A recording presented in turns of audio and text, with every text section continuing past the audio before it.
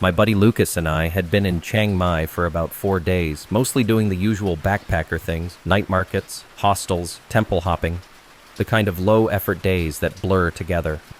We'd both just come off a few weeks of heavier travel through Vietnam and were treating Thailand like a breather. On the fourth day, we decided to rent scooters and ride the Mae Tang Loop, a scenic stretch through the northern hills that a lot of people do as a day trip. Waterfalls, mountain roads, forest temples. Pretty standard. The woman at our guest house handed us a paper map and circled a few spots, probably the same ones she circled for everyone. It was early when we left. The road out of the city was busy, but once we hit the hills, it emptied out fast. Green everywhere, the kind of landscape that looks peaceful until you realize how far you are from anyone. We weren't in a rush. Stopped for coffee in a village, took some photos, talked about how we'd been getting too comfortable with how easy it was to travel here. Maybe 45 minutes in, we rounded a bend near a downhill slope, and that's when we saw it. Just a quick blur on the side of the road. Lucas slowed down first. There was a green tarp lying in the ditch, kind of half folded over something. Looked like trash at first, maybe old camping gear someone dumped. But as we passed, the edge flapped open slightly, and there it was, a bare foot, pale, motionless. Lucas stopped maybe 20 meters ahead. I pulled up next to him. Neither of us said anything for a second. We turned around, rode slowly back. The foot was still there. The tarp hadn't shifted. Up close, it was worse. There wasn't any blood, no wreckage, no sign of a fall or an accident. Just a foot. Attached to someone lying face down, mostly covered. No movement. It was a body, no question. I pulled out my phone. No signal. We just stood there, the road dead quiet, the jungle buzzing softly around us. I looked into the trees, not at anything in particular, just scanning. That's when I noticed the brush near the ditch was flattened, not just random, like someone had been standing there recently, like someone had dragged the tarp or had been watching from just behind the tree line. The air suddenly felt too hot. I said, "We should go." Lucas didn't argue. We got back on the bikes and rode. We rode in silence for a long time. Not out of fear at first. Not really. It was more like our minds hadn't caught up to what we'd seen yet. You tell yourself maybe it wasn't what you thought. Maybe there was an explanation. Maybe someone else already reported it.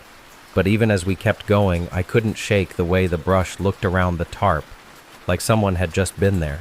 We weren't deep in the jungle, but it didn't feel like the kind of place people pass through often. The road was narrow and cracked in places.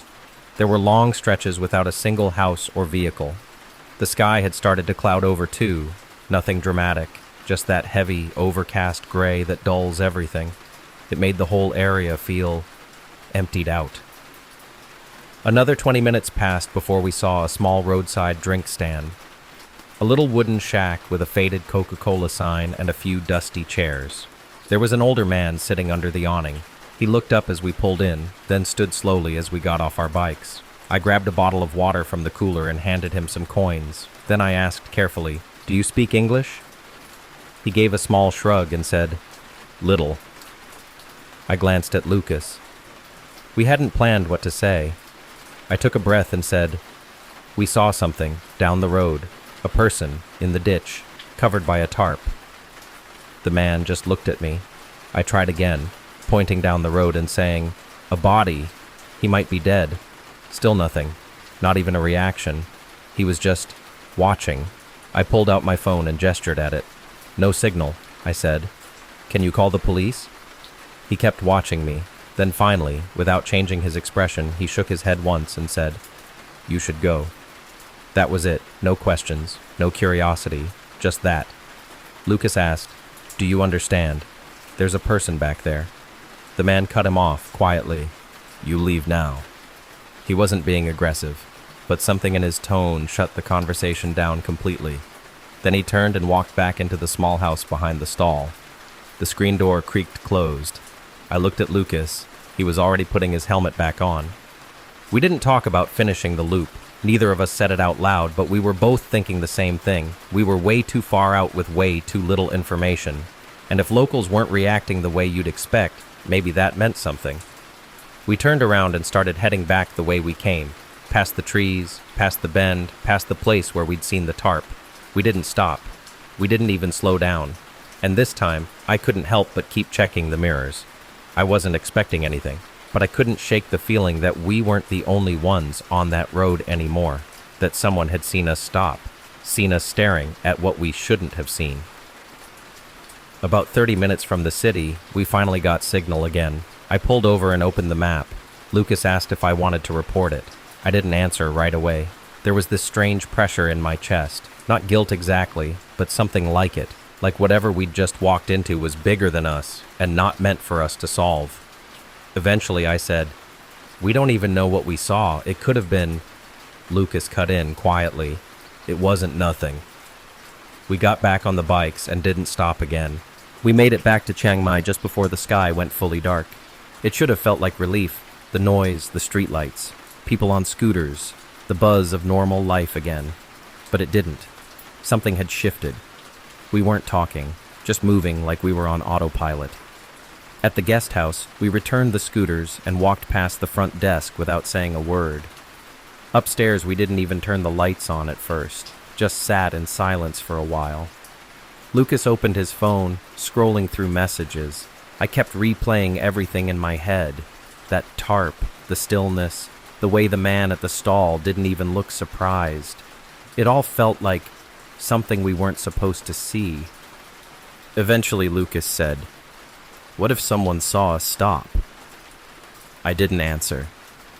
But I'd been thinking the same thing for the last 2 hours. That we hadn't been alone out there. That someone might have been in the trees, watching us from the moment we slowed down. At some point, Lucas said, "We should have taken a picture." I said nothing, because I'd thought the same thing, and hadn't. Maybe part of me didn't want proof. Later that night, around 11 o'clock p.m., I went downstairs to grab something to drink. I stepped out onto the street and just stopped. There was a man standing under a streetlight across the road. He wasn't doing anything, no phone, no bag, just standing there facing the guest house, not even pretending to look casual.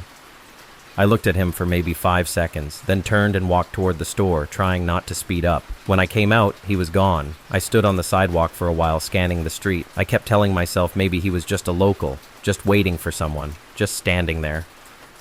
The next morning, we checked out early. A few days later, on a night bus in Laos, Lucas leaned over and asked, "Do you think someone saw us?" I didn't answer, not because I didn't know, but because I think someone did, and I think they let us go.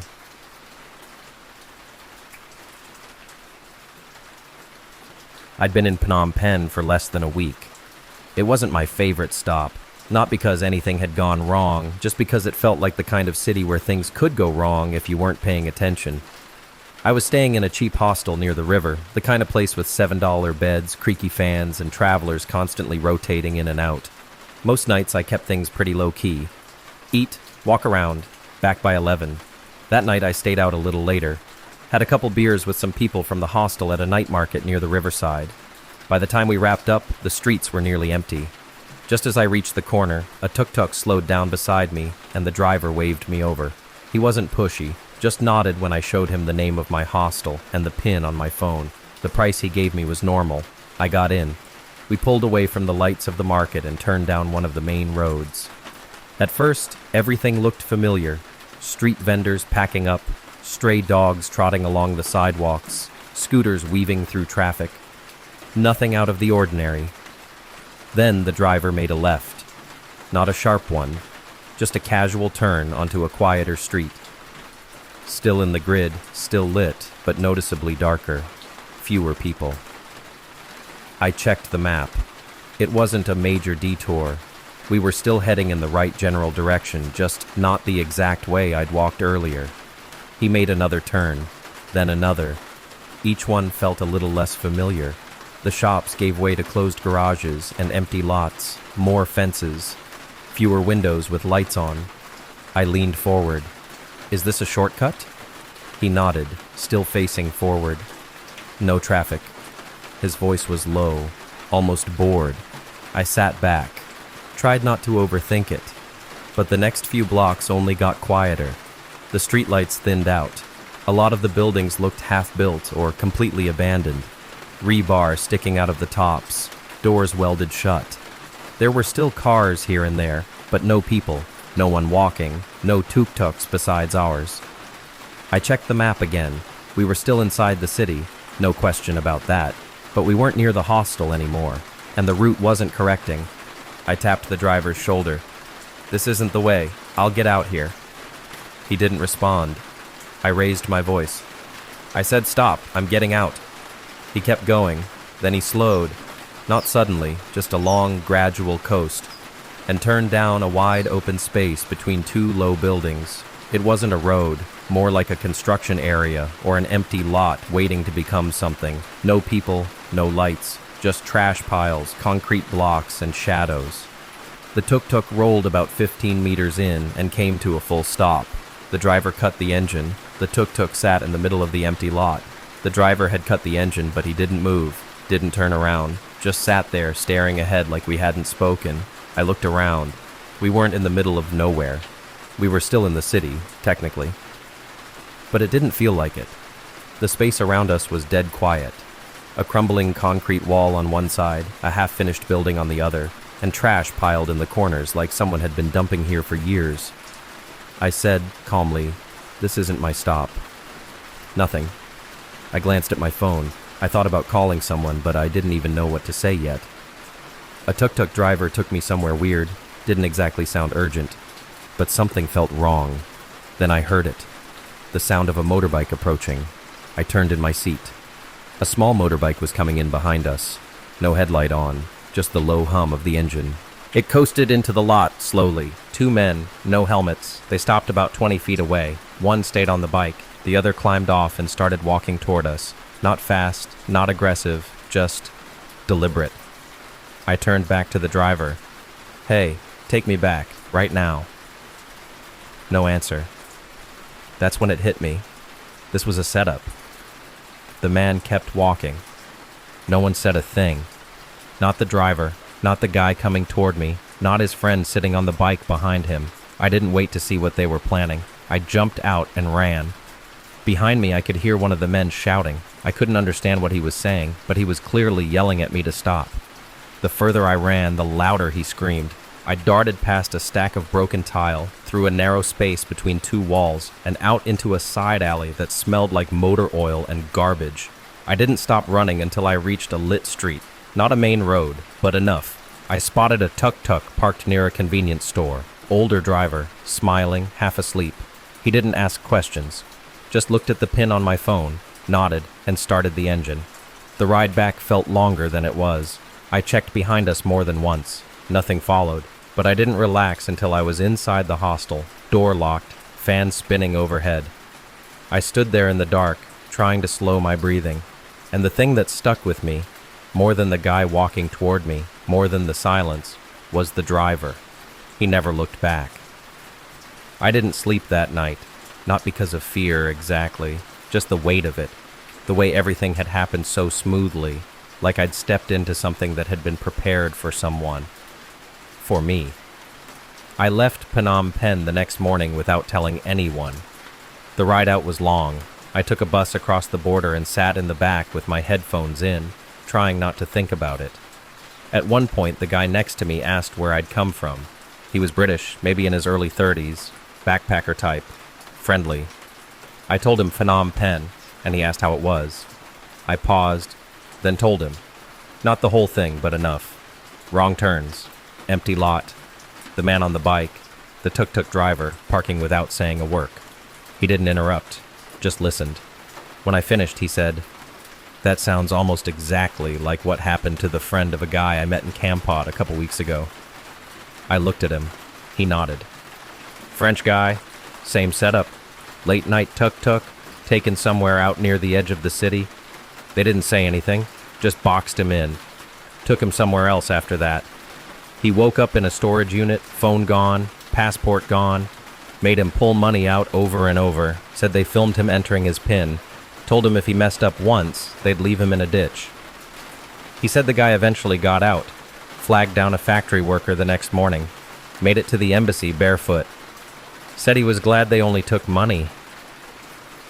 We didn't talk much after that, but that sentence stayed with me. He was glad they only took money. And it made everything click, Tom. The driver, the man walking toward me, the silence of it all. Because they weren't in a rush. Because they'd done it before. Because I wasn't the first, and I probably wouldn't have been the last.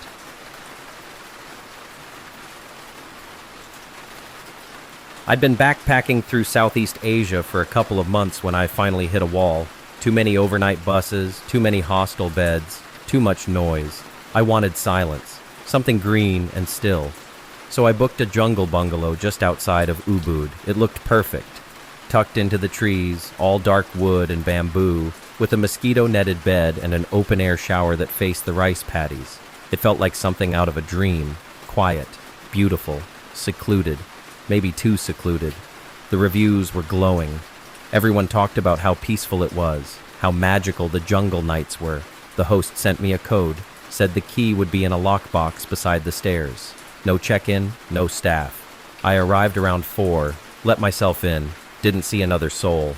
There wasn't even a front desk, just a footpath through the trees and 4 bungalows, half hidden by palms and thick tropical plants. Mine was the last one, set slightly apart, right up against the jungle. At first, it was everything I wanted. I read on the deck, listened to birds and distant wind chimes. My phone had no signal, but the Wi-Fi worked if I stood near the bathroom window. By sunset, the jungle got loud. Frogs, cicadas, some kind of birds screeching in the distance. But around 9 p.m., it all just stopped. The silence came down like a lid. By 9:30, I was in bed under the mosquito net, eyes heavy, listening to the soft whir of the fan overhead. The air smelled like wet bark and citronella. I drifted off easily, but around 2 o'clock or 3 o'clock a.m., I snapped awake. Not because of a sound, but because something in the air had changed.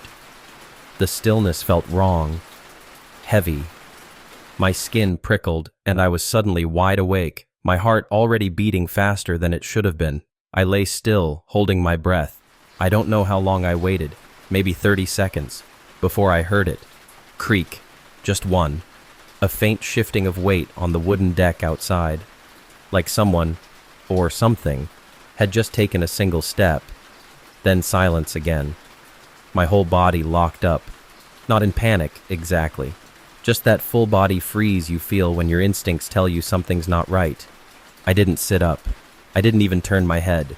I stayed there, eyes wide open, staring into the dark, heart hammering so hard I could hear it in my ears. I kept thinking, monkey. Please let it be a monkey. That's all it is. But I knew what monkeys sounded like. I'd heard them before. Scampering, climbing, making noise. This wasn't that. This was slow, deliberate, heavy. Eventually I sat up, carefully, quietly. The mosquito net brushed against my arms. I turned toward the window, but outside was just black. No outlines, no shadows, just a wall of darkness. The deck light was motion activated. It hadn't turned on. I told myself that meant no one was there, that I was just being paranoid. Still, I sat there for another half hour, frozen, barely blinking. Every tiny creak in the wood felt amplified. Every rustle outside made my spine stiffen. Finally, I slid out of bed, tiptoed to the door, and slid the bolt into place. Something I'd forgotten to do earlier. Then I dragged a wooden chair from the corner and wedged it under the handle as tightly as I could. I didn't know why. It just felt necessary. The next morning, the jungle looked exactly the same. Birds chirping, sunlight cutting through the trees, everything bright and normal, like nothing had happened. I even felt a little stupid for being so paranoid. I left the bungalow around 9 and walked the narrow trail back toward town. I grabbed coffee and sat for a while at a cafe with decent Wi-Fi. Scrolled through messages, watched a few reels. By noon, the night felt like something I'd imagined. Still, when I got back, I checked the deck. Nothing there, no scuff marks, no prints, just a few dry leaves near the railing. That evening, I stayed in, ate leftovers, took a shower with the frogs chirping just outside the bamboo screen. The jungle felt alive again, less threatening. I locked the door early that night, double-checked the windows, left the fan running on high, and read in bed until my eyes were too heavy to focus. I don't know what time it was when I woke up again. sometime after midnight. The bungalow was pitch black, and for a few seconds I didn't know why I was awake. Then I heard it. Knock. Not on the front door, not from the deck. It came from the rear window, the one behind the bed, the one that looked straight into the jungle. It was soft, precise, just one. My chest locked up instantly. I stayed completely still, not even breathing. I waited, counting the seconds in my head. 10, 20, nothing. Then another knock, a little slower this time. Not loud, just intentional. I didn't move, didn't reach for my phone, didn't sit up. I just listened. There were no footsteps, no whispering, no sounds of an animal rustling through leaves, just the knock and silence. It felt like whoever, or whatever, was out there already knew I was awake, like it didn't need to knock again. I don't know how long I stayed like that. My whole body was tense, breathing so shallow my ribs started to ache. I was too afraid to even shift my weight. Eventually, after what felt like an hour, the sky started to lighten. Just barely. The shadows outside softened. I waited until full light before I moved, slipped out of bed, walked barefoot across the creaky wood floor. The rear window didn't have curtains, just a bamboo slat over the glass. I stood to the side, heart pounding, and peeked out through the edge. No one there, just trees. But when I opened the door and stepped around the side of the bungalow, I saw it. On the glass, a faint smudge, not a handprint, more like the oily outline of a forehead, as if someone had been standing there, leaning in, watching. I tried to convince myself it was nothing, that the smudge on the glass could have come from anything, but deep down, I already knew. That third night, the bungalow felt colder, the silence heavier. Even the jungle noises, the frogs, the wind, seemed muffled, like something was pressing against the walls. I didn't go to sleep. I just lay there under the mosquito net, fully dressed, staring at the ceiling. I kept glancing toward the windows, knowing exactly which one I was avoiding. Around 1:30 in the morning, I heard the sound again, a soft creak on the deck. Then another, slow, deliberate. I sat up, heart thudding hard against my ribs. I waited, no knock, no movement, just that crushing silence, the kind that somehow feels like it's looking back at you. I stood up slowly, my feet felt numb, my legs locked. I walked to the side window, the one facing the trees, the one I'd kept the curtains closed on every night. I took a breath, reached for the edge of the fabric, and pulled it back, just a few inches. He was right there, a man, inches from the glass, early 30s maybe, gaunt, skin slick with sweat or rain. His eyes were wide, bloodshot, and completely still. He was so close that his forehead brushed the glass. His mouth hung open slightly, and he didn't blink, not once. He didn't tap, didn't try to speak. He was just standing there, staring. I dropped the curtain and stumbled backward, knocking into the dresser. My legs felt hollow. My whole body was locked up with something beyond fear, like my brain couldn't process what I'd seen. I backed into the bathroom and locked the door behind me, sat on the tile floor, knees pulled tight, heart pounding so loud I thought it would give me away. I didn't move. I didn't sleep. When the faintest light began creeping through the high bathroom window, I opened the door. Every step toward the front of the bungalow felt like walking through water. I grabbed my bag and headed for the door. As I reached for the handle, something caught my eye. The window by the bed, the one he'd been standing at. Its latch was broken, snapped clean off, and bent outward like someone had tried to force it open. I stared at it for a long time. Then I opened the door and left without looking back. I didn't stop walking until I reached the road.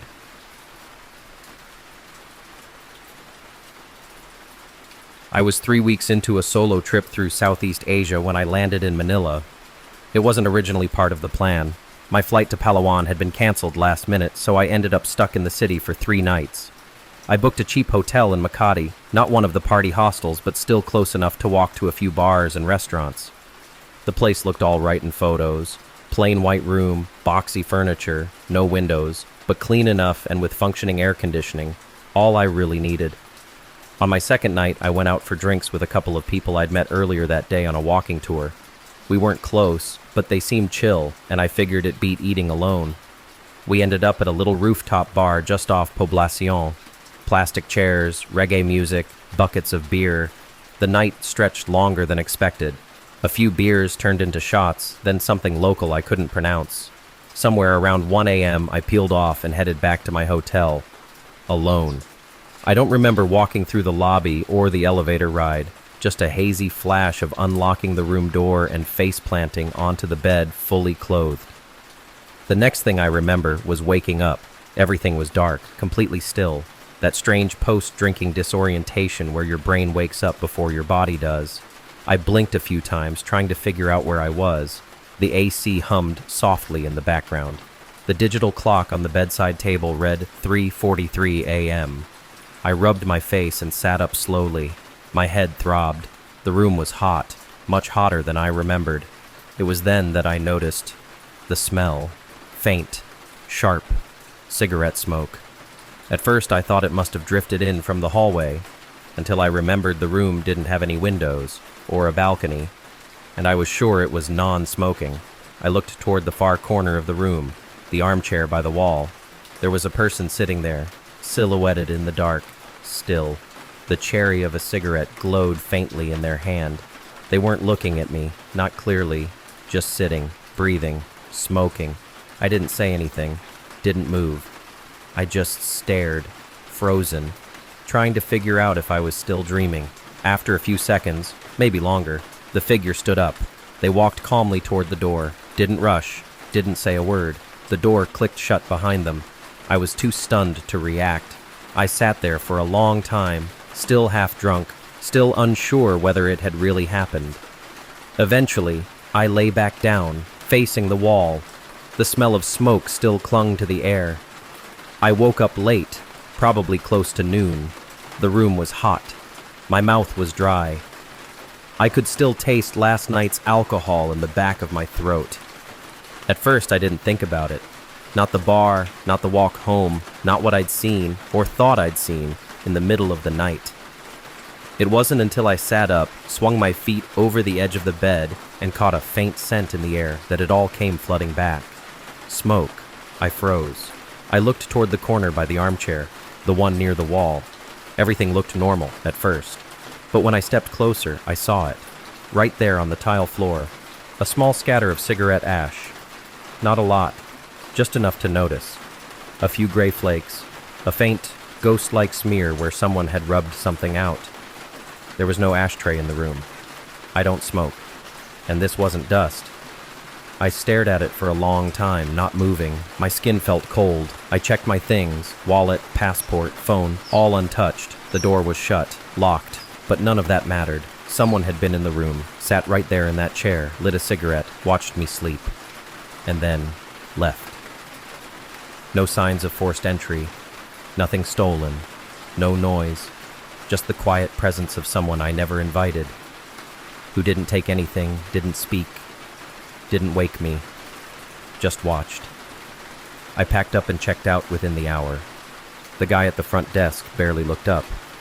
I didn't say a word. I didn't talk about it. Not to friends, not to other travelers, not even when people asked how Manila was. What was I supposed to say? That I woke up to find a man silently smoking a cigarette beside my bed, then leaving without a word? That nothing was taken and no one could explain how he got in. No one would believe it.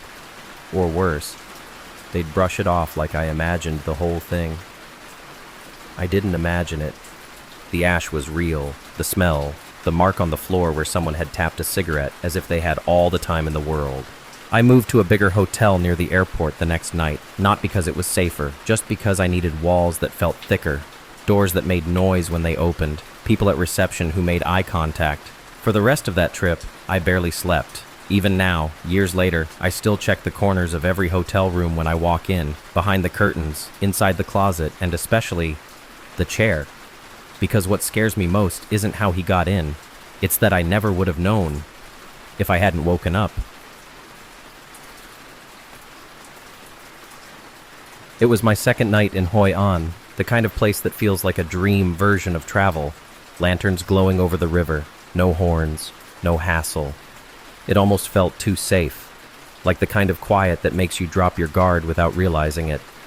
I'd spent most of the day biking through the rice fields, stopping off at roadside cafes for iced coffee and practicing broken Vietnamese with an old man who insisted I was too pale to be out that long.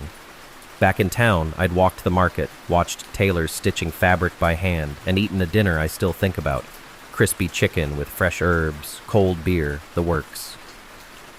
I left the restaurant around 10:30, just tipsy enough to feel loose but nowhere near drunk. I felt good, calm, present. I decided to skip the grab and walk back to my homestay. It wasn't far, maybe a 15-minute walk through quiet side streets and residential blocks. At first, there were still a few people around, shopkeepers closing up, lights flicking off in upper windows, the occasional scooter rattling past with a family of 3 stacked on it like it was nothing. But the deeper I went, the thinner everything felt. The silence settled in gradually, not sudden, just layer by layer.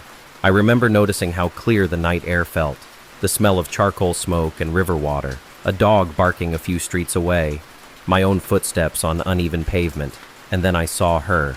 She was standing just off the main road, near the opening of a narrow alley I hadn't noticed until that moment. It was tucked between 2 houses, no lights above it, just the dim cast from a balcony bulb a few doors down.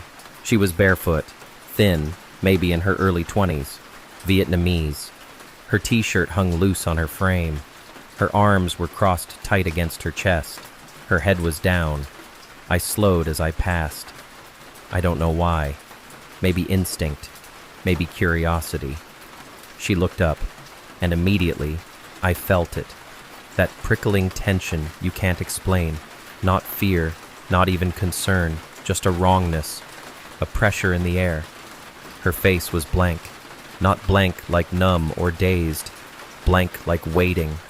She was staring at me with total stillness, breathing heavily. "Are you okay?" I asked, my voice softer than I expected. She didn't answer, didn't blink, just watched. Then, slowly, she turned her body toward the alley, took a step back, just enough to sink into the shadows, not disappearing, just receding, like a lure dropped a little deeper in the water. She turned her head, still looking at me, still silent, and then she gestured, just one movement, a small, precise flick of her hand. "Come here." It wasn't desperate, it wasn't panicked, it was almost certain, like she already knew what I'd do. I didn't move right away. Something about the way she stood there, quiet, patient, her hand still loosely extended, made my chest tighten. I wasn't afraid of her, not really, but something behind the moment felt off, like a smell you can't place but know you shouldn't ignore. She hadn't said a single word, she wasn't crying, she wasn't panicking. She looked more like this was something she'd done before.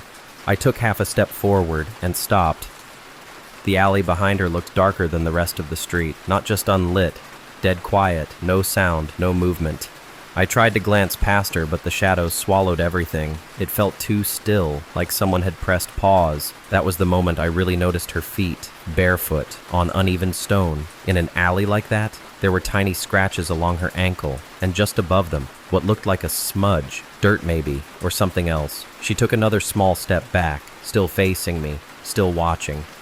I don't know how long I stood there, a few seconds, maybe less. My body started to tense. Not from fear, from indecision, that pressure in the chest when your instincts scream no but your brain hasn't caught up yet. And then I heard it, a soft rustle. Not behind me, not even near her. Somewhere further in the alley, like a shift of weight, a foot repositioning, the subtle scrape of fabric against stone. She didn't react, which made it worse. She wasn't startled, she wasn't surprised. It was like she was waiting for that sound, like it was part of the rhythm. That was it. I took a step back, then another, and without saying a word, I turned and walked. Not fast, not slow, just moving. Calm on the outside, heart pounding on the inside. I didn't look back. Every street lamp I passed felt like a milestone. Every sound behind me made my skin crawl. Footsteps that weren't there, whispers that didn't exist. But I never heard anyone following me. 10 minutes later, I was at the gate to my homestay. I closed it behind me with both hands, clicked the latch, and just stood there for a second, letting my breath finally come back. Inside, I sat on the edge of the bed for a long time, fully clothed, lights on, staring at the floor. I hadn't seen anyone else. No second figure, no weapon, no threat. But I knew, in that quiet, animal part of my brain, that I had been seconds away from something I wouldn't have come back from. I barely slept that night, not because I was afraid someone would come for me, but because my body just wouldn't relax, like it was still trying to process what I had walked away from. Every sound outside made me flinch. I kept getting up to check the lock on the door. At one point, I pulled the curtain shut just a little tighter without knowing why. By morning, I was exhausted. I went down for breakfast in the little front courtyard, where the homestay owner, an older man who spoke good English, was arranging a tray of fruit and coffee. He greeted me politely, asked how I slept. I hesitated for a second, then told him. He just gave a slow nod and looked down at the table for a few seconds before speaking. "You were walking back through the alleys, yes?" I nodded. "Quiet area. Not many people there late at night. Sometimes there are people who use a girl to stop tourists. She does not speak. She only points. Always the same." He looked at me. "If you follow, there are others waiting. Not far." I didn't say anything. My stomach had gone cold. Sometimes they just take money. Sometimes they take more. He said it calmly, like he wasn't trying to scare me, just telling me what is. "They do not pick locals. They choose people like you. Alone. New. Not from here." The owner stood and started clearing the plates. Then he paused. "You were lucky you didn't follow." And that was it. Just a quiet confirmation of the thing I'd already known in my gut. That whatever I'd almost walked into, it wasn't just a weird moment. It was a trap, and I nearly stepped right into it.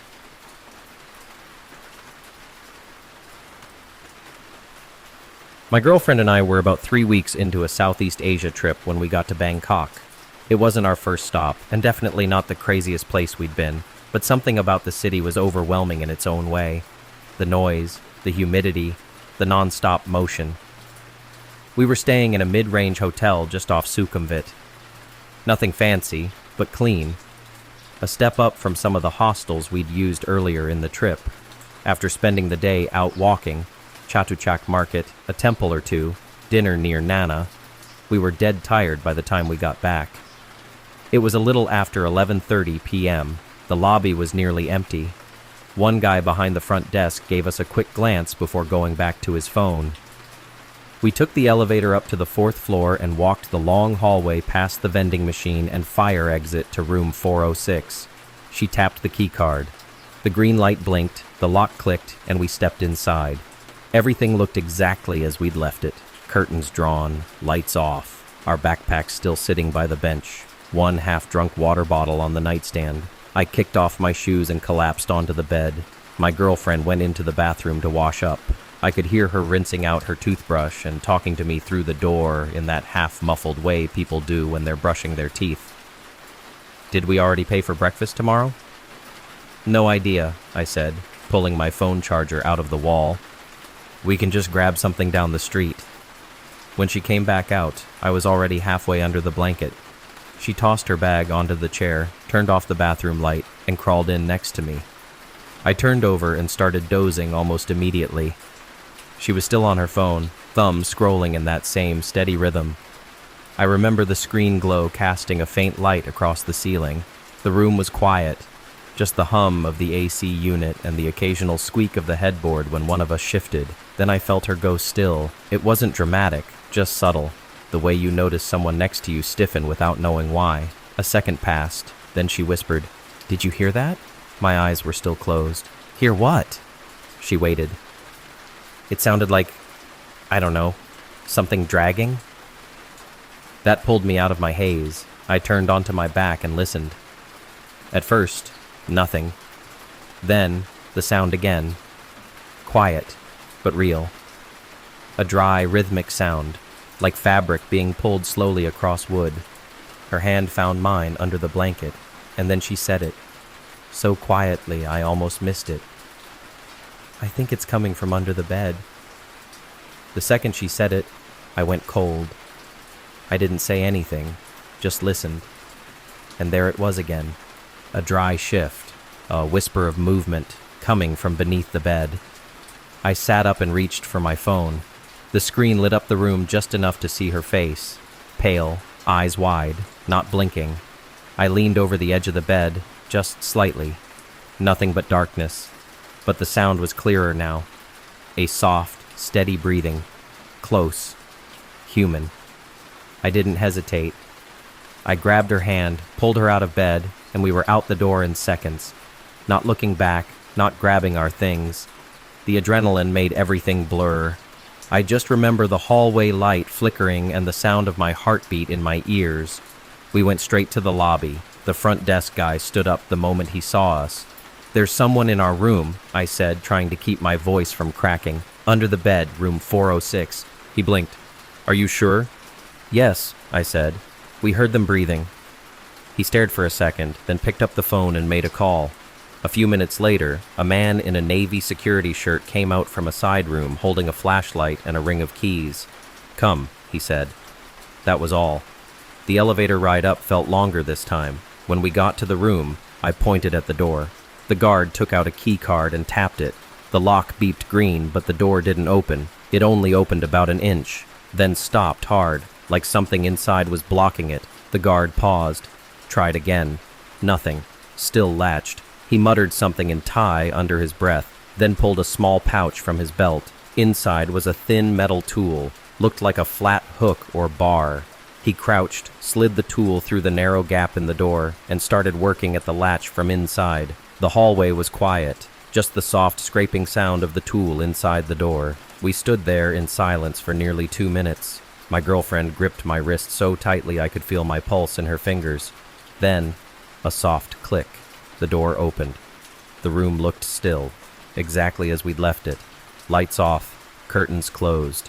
One of the blankets half folded at the foot of the bed. The guard stepped in, flashlight out, swept the beam under the bed, into the bathroom, behind the curtains. Nothing. But I was still looking at the latch. It was the kind you twist by hand from the inside, a thick metal bolt that locks the door even if someone has a working key card. It had definitely been engaged, and now it wasn't. The guard looked at us. "Room is clear." I didn't move. Neither did she. "How could the latch be on?" I asked. "No one came in after us." He didn't answer right away, just stood there with the flashlight aimed at the carpet. Eventually he said, "Maybe mistake, maybe left like that." I didn't respond, because we knew that didn't make sense. The only way to latch the door was from the inside, with the door already closed. We checked out within the hour. We didn't sleep that night. Even after switching hotels, I kept hearing the sound in my head, that subtle shift of cloth against tile, the sound of someone adjusting their position, quietly, just inches below where we'd been sleeping. We got the rest of our stuff from the old hotel the next morning. The staff had packed it all up for us. They didn't say much, and neither did we. I could feel something different in how they looked at us, like they didn't quite believe it, but also didn't want to know if it was true. Back at the new place, I replayed everything, not just the breathing, or the latch, or the way the room looked untouched, but all the little things. Had he been there the night before too? Was he already under the bed when we checked in? Was he watching us sleep, waiting for something? We never got answers. We didn't file a report. Nothing happened to us technically, but from then on, every time we checked into a new room, the first thing we did, before dropping our bags, before checking the bathroom, was look under the bed. And every single time, I half expected to find someone staring back.